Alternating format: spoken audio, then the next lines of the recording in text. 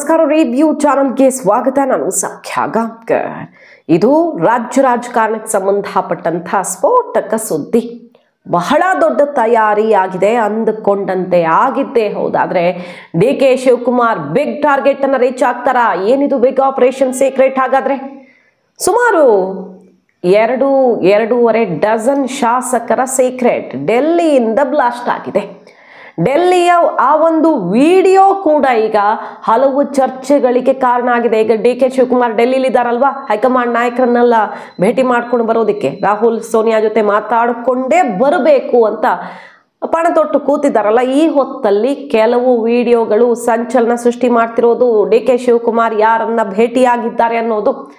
ಹಾಗಾದ್ರೆ ಏನಿದು operation secret? Siddaramaiah ಬಣ ಊಹೆ ಮಾಡಿಯೂ ಇಲ್ಲದಂತಹ ದಾರಿಯನ್ನ ಹಿಡಿದಿದ್ದಾರ ಈಗ ಡಿ ಕೆ. ಶತಾಯಗತಾಯ ಸಿಎಂ ಆಗಲೇಬೇಕು ಅಂತ. ಯಾಕಂದ್ರೆ ಕೆಲವು ದಿನಗಳ ಹಿಂದಷ್ಟೇ ನಾವು ಸುದ್ದಿ ಮಾಡಿದ್ವಿ, ನಿಮ್ಮ ಮುಂದೆ ಇಟ್ಟಿದ್ವಿ ಆ ರಿಪೋರ್ಟ್ ಅನ್ನ. ಕೈಪಾಳ್ಯದಲ್ಲಿ ಬಿಸಿ ಬಿಸಿ ಸುದ್ದಿ ಆಗ್ತಿರೋದೇನಂದ್ರೆ, ಡಿ ಕೆ ಶಿವಕುಮಾರ್ ನಂಬಿರುವಂತಹ ಗುರುಗಳು ಜನವರಿಯಲ್ಲೇ ಸಿಎಂ ಆಗಿಬಿಟ್ರೆ, ಈ ಸಂಕ್ರಾಂತಿ ಅಷ್ಟೊತ್ತಿಗೆ ಸಿಎಂ ಆಗಿಬಿಟ್ರೆ ಬಹಳ ಚೆನ್ನಾಗಿದೆ ಮುಂದೆ ದಾರಿ ಅಂತ ಆಶೀರ್ವಚನ ಕೊಟ್ಟಿದ್ದಾರೆ ಅನ್ನುವ ಸುದ್ದಿ. ಅದು ಸುದ್ದಿ ಕೇಳಿ ಬರ್ತಿರೋದು. ಆ ಕಾರಣಕ್ಕೆ ಡಿ ಕೆ ಶಿವಕುಮಾರ್ ಇಷ್ಟು ಸೀರಿಯಸ್ ಆಗಿದ್ದಾರಾ, ಬೇರೆ ಬೇರೆ ಅಸ್ತ್ರಗಳನ್ನು ಕೈಗೆತ್ತಿಕೊಂಡಿದ್ದಾರಾ ಅನ್ನೋ ಕುತೂಹಲ. ಏನಿದ್ರ ನಡುವೆ ಹಾಗಾದ್ರೆ ಆಪರೇಷನ್ ಬಾಂಬ್ ಮಾಹಿತಿ ಮುಂದೆ ಇಡ್ತಾ ಹೋಗ್ತೀವಿ. ಮಿಸ್ ಮಾಡ್ತಾರೆ ನಮ್ಮ ಚಾನಲ್ನ ಸಬ್ಸ್ಕ್ರೈಬ್ ಮಾಡಿ, ನಿಮ್ಮ ಅಭಿಪ್ರಾಯ ಕಮೆಂಟ್ ಮಾಡಿ ತಿಳಿಸಿ. ಎಸ್ ವೀಕ್ಷಕರೇ, ಡಿ ಕೆ ಶಿವಕುಮಾರ್ ಅವರು ಏನೋ ಒಂದು ಸೀರಿಯಸ್ ಪ್ರಯತ್ನದಲ್ಲಿದ್ದಾರೆ ಅನ್ನೋದು ಗೊತ್ತಾದ ಮೇಲೆ ಅಲ್ವಾ ಇಲ್ಲಿ ಟೀಮ್ ಸಿಡಿದೆದ್ದಿದ್ದು, ಮೀಟಿಂಗ್ ಮಾಡಿದ್ದು. ಈಗ ಮತ್ತೆ ನಾಳೆಗೊಂದು ಮೀಟಿಂಗ್ ಇದೆ ದಿಢೀರ್ ಅಂತ.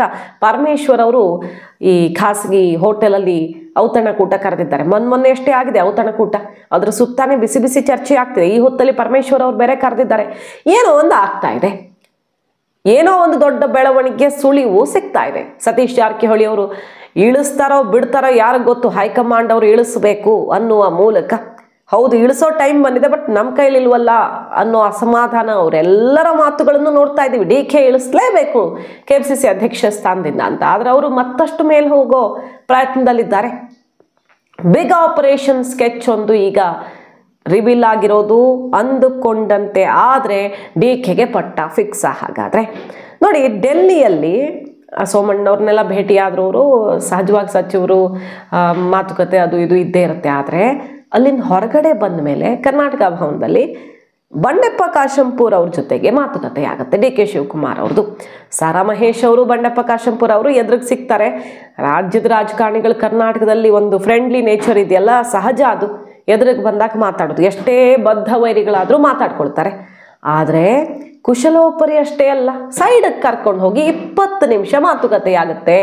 ಡಿ ಕೆ ಶಿವಕುಮಾರ್, ಬಂಡೆಪ್ಪ ಕಾಶಂಪುರ್ JDSನ ನಾಯಕರ ಜೊತೆಗೆ ಡಿ ಕೆ ಶಿವಕುಮಾರ್ ಅವರು 20 ನಿಮಿಷ ಸುದೀರ್ಘ ಮಾತುಕತೆಯನ್ನು ಗೌಪ್ಯವಾಗಿ ಮಾಡ್ಕೊಂಡು ಬಂದಿರೋದೀಗ ಕುತೂಹಲಕ್ಕೆ ಕಾರಣ ಆಗಿದೆ. ಕ್ಯಾಮ್ರಾ ದೂರದಿಂದ ಅವ್ರನ್ನ ಝೂಮ್ ಆಗ್ತಾ ಇರುತ್ತೆ ಮೀಡಿಯಾ.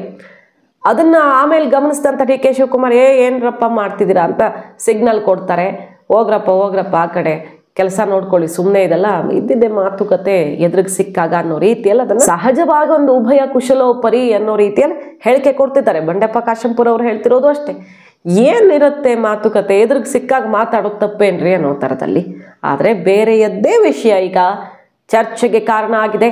ಸಂಕ್ರಾಂತಿ ಹೊತ್ತಿಗೆ ಡಿ ಕೆ ಶಿವಕುಮಾರ್ ಅವರು ದೊಡ್ಡ ಮಟ್ಟದಲ್ಲಿ ಆಪರೇಷನ್ ಒಂದನ್ನು ಫಿಕ್ಸ್ ಮಾಡಿದ್ದಾರೆ ಅನ್ನೋ ಸುದ್ದಿ. ಯಾರ್ಯಾರ ಹೆಸರು ಹಾಗಾದ್ರೆ ಕೇಳಿ ಬರ್ತಿರೋದು? ಇಂಥವ್ರ ಸುತ್ತ ಚರ್ಚೆಗಳು ನಡೀತಾ ಇದ್ದಾವೆ, ಕೇಳಿ ಬರ್ತಿರೋದು, ಚರ್ಚೆ ಆಗ್ತಿರೋದು ಬಂದಾಗಲೇ ಅದು ಖಚಿತ. ಸಮೃದ್ಧಿ ಮಂಜುನಾಥ್ ಮುಳಬಾಗಿಲು ಶಾಸಕರು, ಹಗರಿಬೊಮ್ಮನಹಳ್ಳಿ ನೇಮಿರಾಜ್ ನಾಯಕ್ ಅವರು, ಅರಕಲಗೂಡು ಮಂಜು ಅವರು, ಶಿಡ್ಲಘಟ್ಟ BN ರವಿಕುಮಾರ್ ಅವರು, GT ದೇವೇಗೌಡರು. ಇದು ಜಗಜ್ಜಾಹಿರವಾಗಿದೆ. ಬಟ್ ಅವ್ರ ಮಗ ಅಂಥದ್ದೇನೂ ಇಲ್ಲ, ನಾವೆಲ್ಲೂ ಹೋಗಲ್ಲ ಅಂತಿದ್ದಾರೆ. ಬಟ್ GT ದೇವೇಗೌಡರ ನಡವಳಿಕೆ, ಕುಮಾರಸ್ವಾಮಿ ಅವ್ರನ್ನ ಅಂತರ ಕಾಯ್ದುಕೊಂಡಿರೋದು, ಕುಮಾರಸ್ವಾಮಿ ಅವ್ರಿಗೆ ಸೆಡ್ಡು ಹೊಡೆದಿರೋದು, ಡಿ ಕೆ ಶಿವಕುಮಾರ್ ಅವ್ರನ್ನ ಹಾಡಿ ಹೊಗಳಿರೋದು, ಇದೆಲ್ಲ ನೋಡಿದ್ದೀವಲ್ಲ ಮೊನ್ನೆ ಅಷ್ಟೇ. ಸೊ GT ದೇವೇಗೌಡರು ಮಾನಸಿಕವಾಗಿ ಕೈ ಸೇರ್ಬಿಟ್ಟಿದ್ದಾರೆ ಅಂತಾನೆ ಚರ್ಚೆ ಆಗಿತ್ತು. ಶಿವರಾಮ್ ಹೆಬ್ಬಾರ್ ಯಲ್ಲಾಪುರ ಶಾಸಕರು, ST ಸೋಮಶೇಖರ್, ಇದಿಷ್ಟು ಹೆಸರುಗಳು ಕೇಳಿ ಬರ್ತಿರೋದು. ಇವರೆಲ್ರಿಗೂ ಸ್ಕೆಚ್ ಹಾಕಿದ್ದಾರೆ ಡಿ ಕೆ ಶಿವಕುಮಾರ್. ಸಂಕ್ರಾಂತಿ ಹೊತ್ತಿಗೆ ಕಾಂಗ್ರೆಸ್ ಬಾವುಟ ಹಿಡಿಯಲಿದ್ದಾರಾ ಅನ್ನುವ ಚರ್ಚೆ ಶುರುವಾಗಿದ್ದು, ಇವರು ಬರೀ ಕೇಳಿ ಬರ್ತಿರೋದು ಸುಮಾರು ದಿನಗಳಿಂದ ಇವ್ರ ಸುತ್ತ ಎಲ್ಲ ಚರ್ಚೆ ಇದೆ. ಆದರೆ ದೊಡ್ಡ ಮಟ್ಟದಲ್ಲಿ 2-2.5 ಡಜನ್ ಶಾಸಕರ ಸಂಪರ್ಕದಲ್ಲಿದ್ದಾರೆ ಡಿ ಕೆ ಶಿವಕುಮಾರ್ ಅನ್ನುವಂತಹ ಕುತೂಹಲಕಾರಿ ಚರ್ಚೆಯೊಂದು ದಿಢೀರ್ ಅಂತ ಸಿಡಿದಿದೆ. ಈಗ ನೋಡಿ, ಒಂದಕ್ಕೊಂದು ಮ್ಯಾಚ್ ಮಾಡಬಹುದು. ಕುಮಾರಸ್ವಾಮಿ ಅವರು ಸೈಲೆಂಟ್ ಆಗಿಬಿಟ್ಟಿದ್ರು ಇಷ್ಟು ದಿನ. ನಿಖಿಲ್ ಸೋಲಿನ ಬಳಿಕ ಬಿಜೆಪಿ ಜೊತೆನೂ ಮುನಿಸ್ಕೊಂಡಿದ್ದಾರೆ. ಅವರು ಮೈತ್ರಿ ಎಲೆಕ್ಷನ್ಗಷ್ಟೇ ಸೀಮಿತ ಅನ್ನೋ ಮಟ್ಟಿಗೆ ಈಗ ಕಾಣಿಸ್ತಾ ಇದೆ. ಹೋರಾಟ, ಪ್ರತಿಭಟನೆ, ಈ ವಕ್ಫ್ ವಿಚಾರ ಇರಬಹುದು, ಲಕ್ಷ್ಮೀ ಹೆಬ್ಬಾಳ್ಕರ್, ಸಿ ಟಿ ರವಿ ಜಟಾಪಟಿ ಇರಬಹುದು, ಇತ್ತೀಚೆಗೆ ಸುಮಾರು ಎಲ್ಲದರಲ್ಲೂ ನೋಡಿದ್ದೀವಲ್ಲ, ಹೆಚ್ಚಿಗೆ ತಲೆ ಕೆಡಿಸ್ಕೊಂಡಿಲ್ಲ. ಬಿಜೆಪಿಯಿಂದ JDS ಅಂತರ ಕಾಯ್ದುಕೊಂಡಿದೆ. ಅಧಿವೇಶನದಲ್ಲಿ ನಮ್ಮ ನಾಯಕರೇ ಇಲ್ಲ ಇಲ್ಲಿ ಅಂತ JDSನ ಶಾಸಕರು ಕುಮಾರಸ್ವಾಮಿ ಅವ್ರ ಮೇಲೆ ಬಹಳ ಬೇಸರ ಮಾಡ್ಕೊಂಡಿದ್ರು. ಯಾರನ್ನ ನೀವು ಇಲ್ಲಿ ಜವಾಬ್ದಾರಿ ಕೊಟ್ಟು ಕೂರಿಸಿದಿರೋ ಅವ್ರು ಸರಿ ಇಲ್ಲ ಅನ್ನೋ ರೀತಿಯಲ್ಲಿ JT ದೇವೇಗೌಡರು ಮುನಿಸು ಎಲ್ಲ ನೋಡಿದ್ದೀವಲ್ಲ. JDS ಒಳಗೆ ಏನೋ ಒಂದು ಬೇಸರ, ನಿಖಿಲ್ಗೆ ಅಧ್ಯಕ್ಷ ಸ್ಥಾನ ಕೊಡೋದಕ್ಕೆ ಹೊರಟಿದ್ದಾರೆ ಅನ್ನೋ ಚರ್ಚೆ, 3 ಸರಿ ಸೋತವ್ರಿಗೆ ಪಟ್ಟ ಕಟ್ಟಿದ್ರೆ ನಾವೇನು ಮಾಡೋಣ ಅನ್ನೋ ರೀತಿಯ ಬೇಸರನೂ ಕೇಳಿ ಬರ್ತಾ ಇದೆ. ಇದೆಲ್ಲದರ ನಡುವೆ ಕುಮಾರಸ್ವಾಮಿ ಅವರು ದಿಢೀರ್ ಆಕ್ಟಿವ್ ಆಗಿದ್ದಾರೆ. 60% ಕಮಿಷನ್ ಬಾಂಬ್ ಸಿಡಿಸಿ ಸರ್ಕಾರದ ವಿರುದ್ಧ ಮುಗಿ ಬೀಳ್ತಿದ್ದಾರೆ. ಹಾಗೆ ಮೊನ್ನೆ ಮಂಡ್ಯದಲ್ಲೊಂದು ರಸ್ತೆ ತಾನೇ ಶಂಕುಸ್ಥಾಪನೆ ಮಾಡಿ ರಾಜ್ಯ ಹೆದ್ದಾರಿಯನ್ನು ನಾನು ಫಂಡು ತಂದು ಡೆವಲಪ್ ಮಾಡ್ತೀನಿ, ಅದನ್ನ ರಸ್ತೆ ಮಾಡಿಸ್ತೀನಿ ಅಂತ ಶುರು ಮಾಡಿದ್ರಲ್ಲ, ಅಲ್ಲಿ ಗುದ್ಲಿ ಪೂಜೆ ಮಾಡಿ ಬಂದ್ರಲ್ಲ, ಸರ್ಕಾರದ ವಿರುದ್ಧ ಗುಡುಗಿದ್ರಲ್ಲ, ಆ ಟೈಮಲ್ಲಿ ಏನು ಹೇಳಿದ್ರು ಕುಮಾರಸ್ವಾಮಿ ಅವರು? ನಮ್ಮ ಪಕ್ಷವನ್ನು ಮುಗಿಸೋಕೆ ಹೊರಟಿದ್ದಾರೆ. 18 ಶಾಸಕರು, ಇವರಿಗೆ ನಡುಕ ಹುಟ್ಟಿಸೋವಷ್ಟು ಶಕ್ತಿ ಇದೆ ನಮ್ಮಲ್ಲಿ 18 ಶಾಸಕರಾದರು, ಹಾಗಾಗಿ ಛಿದ್ರ ಮಾಡೋದಕ್ಕೆ ಹೊರಟಿದ್ದಾರೆ, ಅವೆಲ್ಲ ಆಗಲ್ಲ ರೀ ಅಂತ ಹೇಳ್ತಾರೆ ಅವರು. ಆದರೆ ಆ ಛಿದ್ರ ಮಾಡೋ ವಿಚಾರ ಯಾಕೆ ಬಂತು? ಈಗ ಛಿದ್ರ ಮಾಡೋ ಪ್ರಯತ್ನ ಆಗ್ತಿದೆ ಅನ್ನೋದು ಏನೋ ಗೊತ್ತಾದಂಗೆ ಕಾಣಿಸ್ತಿದೆ ಕುಮಾರಸ್ವಾಮಿ ಅವ್ರಿಗೆ. ಈ ಆಪರೇಷನ್ ಸುಳಿವು ಸಿಕ್ಕಂಗೆ ಕಾಣಿಸ್ತಿದೆ. ಇತ್ತೀಚಿನ ದಿನಗಳಲ್ಲಿ ಸುಮಾರು ಸಲ ಹೇಳಿಬಿಟ್ಟಿದ್ದಾರೆ ಕುಮಾರಸ್ವಾಮಿ ಅವರು, ಪಕ್ಷ ಒಡೆಯೋಕೆ ನೋಡ್ತಿದ್ದಾರೆ. ಇತ್ತೀಚಿನ ದಿನಗಳಲ್ಲಿ ಆಪರೇಷನ್ ಅಸ್ತೋ ಇನ್ಯಾವುದೋ ಏನೋ ಒಂದು ಮಾಡೋದು ಮಾಮೂಲಿ ನಡೀತಾನೆ ಇರ್ತವೆ. ಹಲವಾರು ರೀತಿಯಲ್ಲಿ ಒತ್ತಡಗಳಾಗ್ತಾ ಇರೋದು ನಿಜ. JDSನ ಮುಗಿಸ್ಲೇಬೇಕು ಅಂತ ಹೇಳಿ 12 ಜನ ಕರ್ಕೊಂಬನ್ನಿ, 13 ಜನ ಕರ್ಕೊಂಬನ್ನಿ ಅಂತೇಳಿ ನಡೀತಾ ಇರೋದು ನನಗೂ ಗೊತ್ತಿದೆ. ಆದರೆ ಯಾವ ಶಾಸಕರು ಹೋಗ್ತಕ್ಕಂಥ ಪರಿಸ್ಥಿತಿಗಳಿಲ್ಲ. ಕಾಂಗ್ರೆಸ್ಸು ಇವತ್ತು ಏನೇನು ಮಾಡ್ತಾ ಇದ್ದಾರೆ ಗೊತ್ತಿದೆ. ಅವರ ಪಾಪದ ಕೊಡ ತುಂಬಿದೆ. ಸೊ ಎಷ್ಟು ಜನ ಆಗುತ್ತೋ ಅಷ್ಟು ಜನರನ್ನ ಎತ್ಕೊಳ್ಳೋದು. 9 ಜನ ಸಿಕ್ಕಿದ್ರೆ ಸಾಕು, ಅರ್ಧಕ್ಕೆ ಅರ್ಧ ಆಗೋಗುತ್ತಲ್ಲ. ಸೊ ಪಕ್ಷಾಂತರ ನಿಷೇಧ ಕಾಯ್ದೆ ಅನ್ವಯ ಆಗದಂತೆ JDS ಪಕ್ಷವನ್ನೇ ಮುಗಿಸುವಂಥ ಒಂದು ಪ್ರಯತ್ನ ಜಾರಿಯಲ್ಲಿರೋದ್ರ ಬಗ್ಗೆ ಚರ್ಚೆ ಇದ್ದಿದ್ದೆ. ಯೋಗೇಶ್ವರ್ ಅವರು ಆಯ್ಕೆ ಆಗ್ತಿದ್ದಂಗೆ ಏನಂದ್ರು ಹೇಳಿ, ನನ್ನ ಜೊತೆಗೆ ಇಷ್ಟು ಜನ ಶಾಸಕರು ಇದ್ದಾರೆ, JDS ಅನ್ನೋ ಪಕ್ಷವನ್ನೇ ಮುಗಿಸೋವಷ್ಟು ಪರಿಸ್ಥಿತಿ ಇದೆ. ಇವತ್ತು ಒಂದು ಸಂದೇಶ ಬರಬೇಕಷ್ಟೇ ಹೈಕಮಾಂಡಿಂದ, ಮೆಸೇಜ್ ಬಂತು ಅಂದರೆ ನನ್ನ ಜೊತೆ ಸಂಪರ್ಕದಲ್ಲಿದ್ದಾರೆ, ಆ ಕೆಲಸ ನಾನೇ ಮಾಡಿ ಮುಗಿಸ್ತೀನಿ ಅಂದಿದ್ದಾರೆ. DK ಟಾಸ್ಕನ್ನು ತಾನೇ ಕಂಪ್ಲೀಟ್ ಮಾಡೋಕೆ ರೆಡಿ ಅನ್ನೋದನ್ನು ಯೋಗೇಶ್ವರ್ ಅವರೇ ಹೇಳ್ಕೊಂಡಿದ್ದಾರೆ ಮೊನ್ನೆ ಅಷ್ಟೇ ಶಾಸಕರಾಗಿ ಆಯ್ಕೆಯಾದ ಹೊಸತರಲ್ಲಿ. ಹಾಗಾಗಿ ಆಪರೇಷನ್ ಹಸ್ತ ಜಾರಿಯಲ್ಲಿದೆ. ಆಪರೇಷನ್ ಬಂಡೆ, ಹಸ್ತ ಅನ್ನೋದಕ್ಕಿಂತ ಆಪರೇಷನ್ ಬಂಡೆ ಜಾರಿಯಲ್ಲಿದೆ ಅನ್ನೋದರ ಸುಳಿವು ಬೇರೆ ಬೇರೆ ಕಡೆಯಿಂದ ಸಿಕ್ಕಿತ್ತು. ಈಗ ಡೆಲ್ಲಿಯಲ್ಲಿ ಆಗಿರುವ ಈ ಮೀಟಿಂಗು, CM ಕುರ್ಚಿಗಾಗಿ ಹಠಕ್ಕೆ ಬಿದ್ದಿರೋದು, ಇವೆಲ್ಲವೂ ಕೂಡ DK ಶಿವಕುಮಾರ್ ಅವರು ಬೇರೆಯದ್ದೇ ರೇಂಜಲ್ಲಿ ತಯಾರಿ ಮಾಡ್ಕೊಳ್ತಿದ್ದಾರೆ ಅನ್ನೋದನ್ನು ಖಚಿತಪಡಿಸ್ತಿದೆ. ನಂಬರ್ 1, ಕುಮಾರಸ್ವಾಮಿ, ದೇವೇಗೌಡರು ದಳ ಇರೋ ತನಕ, JDS ಇರೋ ತನಕ ಕುಮಾರಸ್ವಾಮಿ ಅವ್ರಿಗೆಲ್ಲ ಸೆಡ್ ಹೊಡೆಯೋಕ್ಕಾಗಲ್ಲ. DK ಶಿವಕುಮಾರ್ 1-2 ಎಲೆಕ್ಷನ್ ಗೆಲ್ಲಬಹುದಷ್ಟೇ. ಆಮೇಲೆ ಫೈನಲಿ ಅವರೇ ಒಕ್ಕಲಿಗ ನಾಯಕರಾಗಿ ಮೆರೀತಿರ್ತಾರೆ. ಇವರೇನು ಮಾಡ್ತಾರೆ ಅನ್ನುವ ಮಾತೇ ಉಳಿಬಾರ್ದು.